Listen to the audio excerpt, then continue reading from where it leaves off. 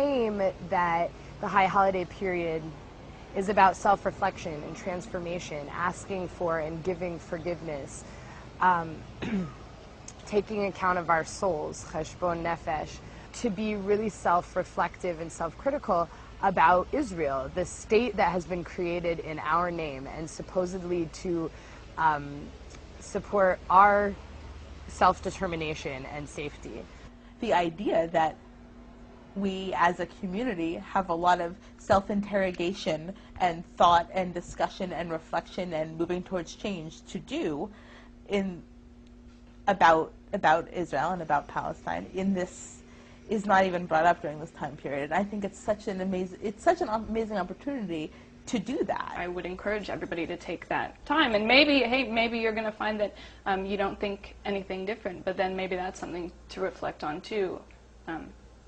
I mean, you should always be suspicious when you don't find your opinions changing or your thoughts changing. So mine have, certainly. So intense conversations, and usually burst into tears, and then like run away and refuse to engage with it. When I went there when I was 17, I went on a USY Israel-Poland pilgrimage trip. So you go to Poland for a week first, and you experience all of the concentration camps, and then you go to Israel for 5 weeks.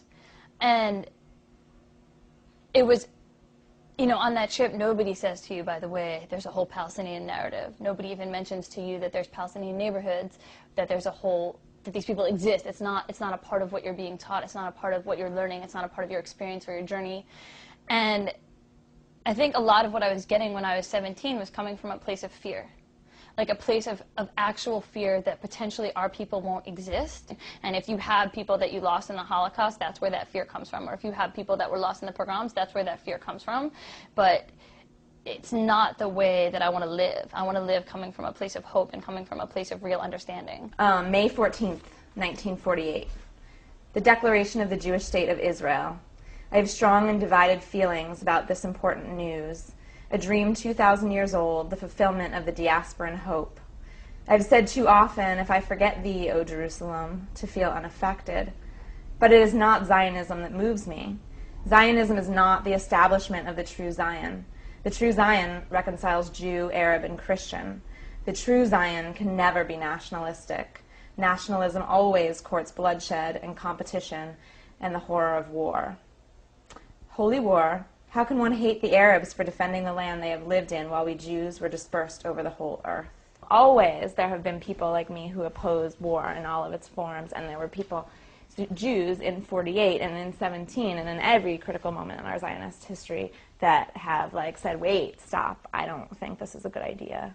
There's so much I have to relearn about the state of Israel and about Zionism that I'm constantly relearning, and that has really only happened to me in the course of the last few months. Like reading 2 of Edward Said's books this summer and watching Israel bomb Lebanon just flipped my whole shit about Israel. How can killing civilians and destroying infrastructure and people's livelihoods be a good thing for anyone? How can that create any kind of peace or quote-unquote security? One of the reasons that I remain connected to Judaism and Jewish culture is because I think there's a lot of rich, interesting history and texts and sources that you can use to structure those conversations and to inform those conversations that are, and I mean, I was talking more about religious texts, but I think there's also a lot of secular stuff, there's a lot of historical stuff. And to really take advantage of that, to engage with the hard questions, and they are hard questions, and I would not want to go and talk to Jews and say that they were, you know, that like, oh, this is easy, oh, this is facile. It really wasn't easy for me, but I really think it's something that we have to do. My relationship to Israel, it's a cousin I don't speak to. And even though we don't speak, I must speak about her. That she's not me. And that I have the responsibility to apologize for everything. Because I know she never will. Because I've known racism more than I've known Judaism, known oppression more than I felt part of the chosen race. And maybe that's why we don't speak anymore. Because I'm not pure or complacent. I say out loud that I don't agree with what she's doing. Because when people meet me and find out about my heritage, they assume I'm with her. My Jewish faith is in people who see themselves as citizens of the world, that we're everywhere, people who love and respect all people. So it's okay that me and my cousin don't speak, because there are so many other Jews out there, and we have enough to do.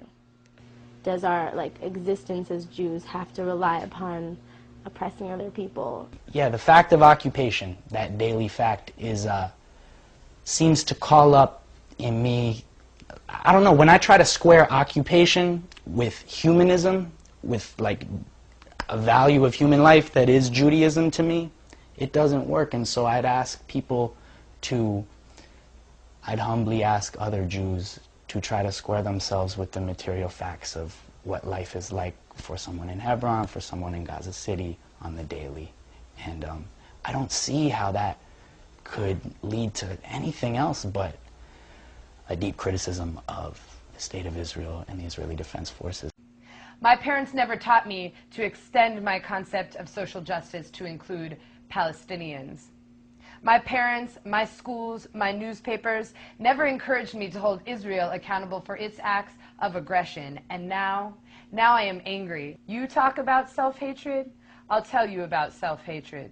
I'll tell you a story of Arab Jews coerced into changing their names and dropping their native tongues upon entry into this new country, claiming to embrace all of our brothers and sisters, and then exploited in the fields, settled in border towns, brown buffer zones for Jews with white skin afraid to face the dangers of their own colonial project. What the state of Israel is doing to Palestinians. Completely unjust. It's obvious. Anybody who goes there, if you go there, and you set foot on the West Bank, I defy anybody to walk away and say that this is just. My hope is that somehow, somewhere, there will be created a space in which Israelis can sit around the table with people who are not Jewish, but really sit around the table. Not Recently, actually 3 months ago, I went to Auschwitz. I had wanted to go to Auschwitz for years. I suppose you can walk out of Auschwitz and say, nobody's ever doing that to us again. We will kill everybody in sight before this ever happens again. Okay? Or you can walk out and say, we are the people who know what happened. We, above all, know what it feels like. And that we, above all, have an obligation to fight against it. So you can go one way or the other. And if you go the first way, you're bombing the Beirut airport 3 hours after soldiers are kidnapped. And if you only care about yourself, and the entire Jewish tradition, as my understanding, is that you cannot just care for yourself. You can't.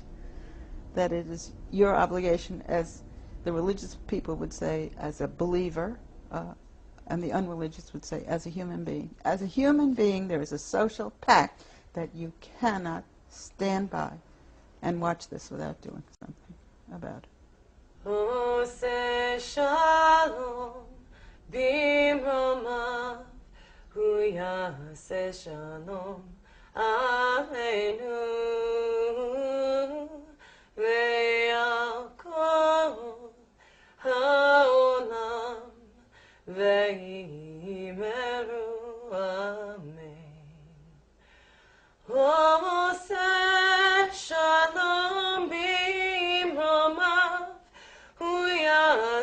Shalom